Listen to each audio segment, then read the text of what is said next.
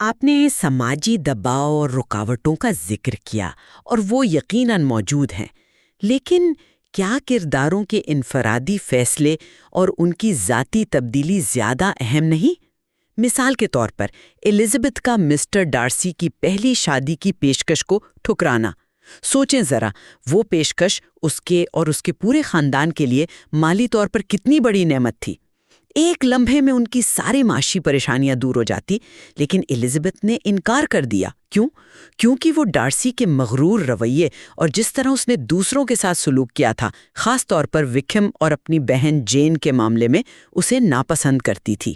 یہ اس کی خودداری، اس کے اصول پسندی کا ثبوت ہے کہ اس نے سماجی اور معاشی فائدے پر اپنی عزت نفس اور محبت کے تصور کو ترجیح دی۔ یہ کوئی معمولی بات نہیں تھی اس زمانے میں۔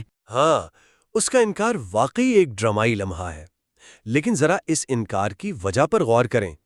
الزبتھ کی ناپسندیدگی کی جڑ ڈارسی کا غرور تھا، ٹھیک؟ اور وہ غرور کہاں سے آیا تھا؟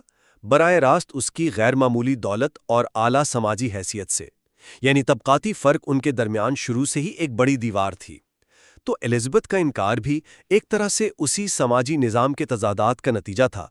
اور پھر کیا ہم اس حقیقت کو نظر انداز کر سکتے ہیں کہ شادی کا دباؤ، خاص طور پر معاشی تحفظ کے لیے، پورے ناول میں ایک مستقل موضوع ہے؟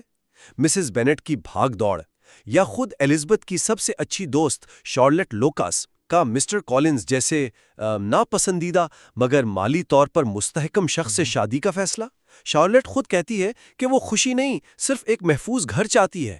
یہ آسٹن ہمیں واضح طور پر دکھا رہی ہیں کہ اس دور میں زیادہ تر عورتوں کے پاس اختیار کا حق تھا ہی نہیں، یا بہت کم تھا۔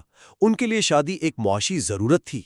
میں شارلٹ لوکس والی بات سمجھتی ہوں، وہ ایک مختلف اور زیادہ عملی راستہ چنتی ہے، لیکن یہی تو الزبتھ کو غیر معمولی بناتا ہے۔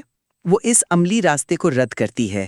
اس کی انفرادیت صرف انکار تک محدود نہیں، اس کی ذہانت، اس کی حاضر جوابی، جس طرح وہ سماجی محفلوں میں اپنی رائے دیتی ہے، حتیٰ کہ لیڈی کیتھرین جیسی رعبدار خاتون کے سامنے بھی دبنے سے انکار کر دیتی ہے، یہ سب اس کی آزاد سوچ اور جرت کو ظاہر کرتا ہے۔ دیکھیں، جس طرح وہ ڈارسی کے ساتھ بحث کرتی ہے، طنز کرتی ہے، ایک فکری برابری کی سطح پر مکالمہ کرتی ہے، یہ اس دور کی عام لڑکیوں کا شیوا نہیں تھا۔ وہ صرف خوبصورت نہیں بلکہ ذہین اور خوددار ہے۔ میں مانتا ہوں کہ الزبتھ ذہین اور جرت مند ہے، لیکن کیا اس کی یہ آزادی لامحدود ہے؟ کیا وہ واقعی نظام کو چیلنج کر پاتی ہے؟ ذرا سوچیں، اس کی یہ ساری حاضر جوابی اور ذہانت کہاں کام آتی ہے؟ آخر کار اسے بھی ایک ساتھی کی ضرورت ہے، اور خوش قسمتی سے اسے ڈارسی جیسا شخص مل جاتا ہے جو نہ صرف غیر معمولی امیر ہے بلکہ کافی ردوکت کے بعد اس کی ان غیر روایتی خوبیوں کو سراہنے پر تیار بھی ہو جاتا ہے۔ اگر ڈارسی نہ بدلتا تو، یا اگر الزبتھ کو کسی غریب مگر اچھے انسان سے محبت ہو جاتی، ناول ان امکانات کو نہیں کھنگالتا۔ الزبتھ کی مزاحمت زیادہ تر زبانی اور فکری ہے، عملی طور پر وہ بھی آخر میں اسی سماجی نظام کے اندر ہی اپنی جگہ بناتی ہے، یعنی ایک بہت امیر آدمی سے شادی کر کے۔ اس کی خوش قسمتی یہ ہے کہ اسے محبت بھی مل جاتی ہے، لیکن یہ خوش قسمتی آپ کہہ لیں نظام کی دین ہے، نظام کے خلاف بغاوت کا نتیجہ نہیں۔ لیکن کیا ڈارسی کا بدلنا صرف خوش قسمتی تھی، یا یہ الزبتھ کے کردار کی طاقت تھی جس نے اسے بدلنے پر مجبور کیا؟ اس نے ڈارسی کو آئینہ دکھایا، اس کے غرور اور طبقاتی تسابعات کا احساس دلایا۔ یہ بھی تو الزبتھ کی کامیابی ہے، اور جب آخر میں وہ شادی کا فیصلہ کرتی ہے تو وہ اس کی اپنی شرائط پر ہوتا ہے۔ یہ ایک سوچا سمجھا فیصلہ ہے جو باہمی محبت، احترام اور ایک دوسرے کی خامیوں اور خوبیوں کو سمجھنے کے بعد کیا گیا ہے۔ یہ کسی سماجی یا معاشی مجبوری کا نتیجہ نہیں، بلکہ دو افراد کے ذاتی سفر کا کلمینیشن ہے۔ یہ اس کی ذاتی فتح ہے جو اس کی انفرادیت کو ثابت کرتی ہے۔ آپ اسے ذاتی فتح کہتے ہیں، میں اسے ایک استثناء یا ایکسیپشن کہوں گا جو اصول کو ثابت کرتا ہے۔ الزبتھ ایک غیر معمولی کردار ہے جسے ایک غیر معمولی مرد مل جاتا ہے، لیکن ناول ہمیں یہ بھی دکھاتا ہے کہ عام اصول کیا تھا۔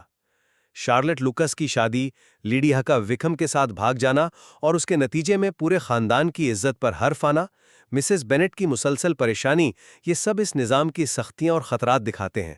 الزبتھ کی کہانی امید دلاتی ہے، لیکن کیا یہ اس نظام پر تنقید کو کم کر دیتی ہے جس میں باقی کردار پھنسے ہوئے ہیں؟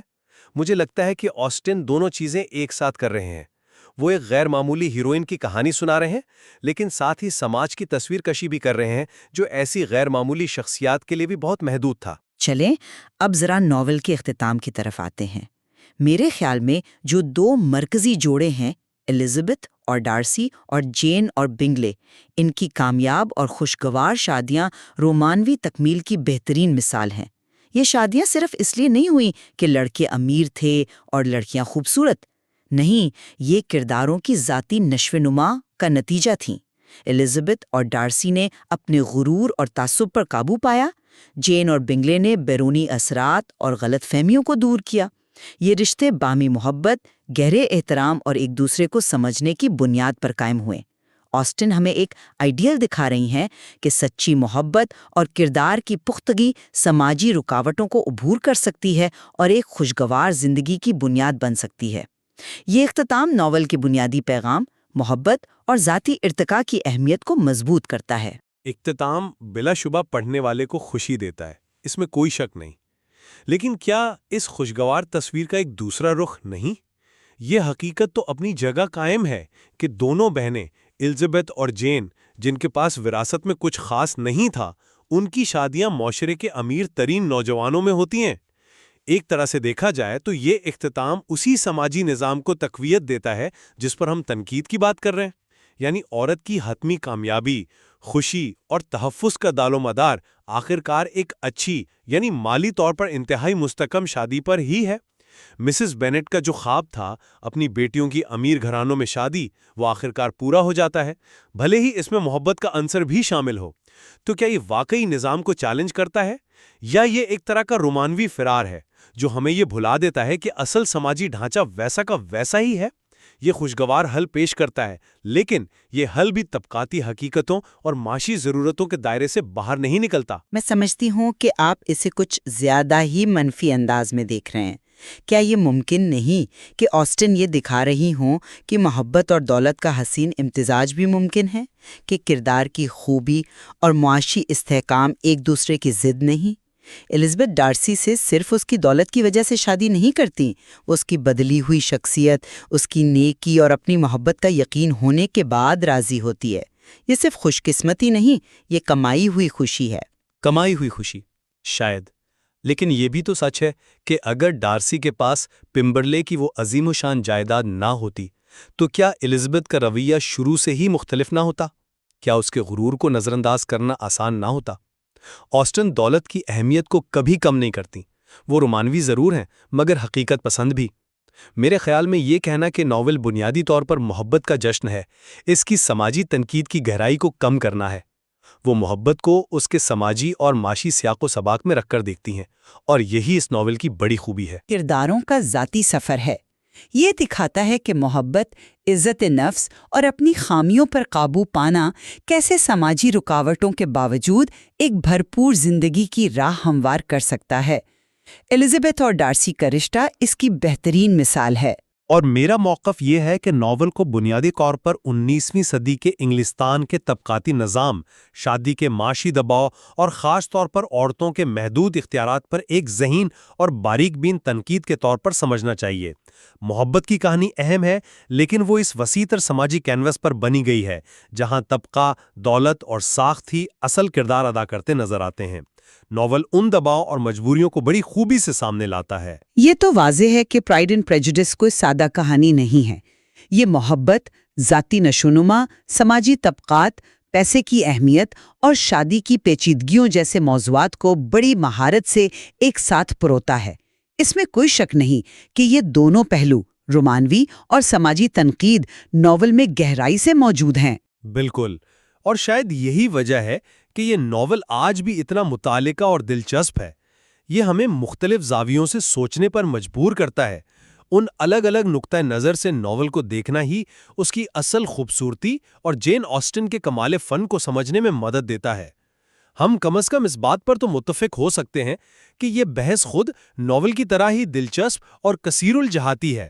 یقیناً، اور ہم اپنے سامعین کو بھی یہی کہیں گے کہ وہ خود اس ماخذ مواد کا جائزہ لیں، ناول کو ان پہلوؤں کو ذہن میں رکھ کر دوبارہ پڑھیں اور دیکھیں کہ وہ خود کس نتیجے پر پہنچتے ہیں۔ حتمی فیصلہ تو ہمیشہ پڑھنے والے کا اپنا ہوتا ہے، ان کی اپنی سمجھ اور تشریح کی بنیاد پر۔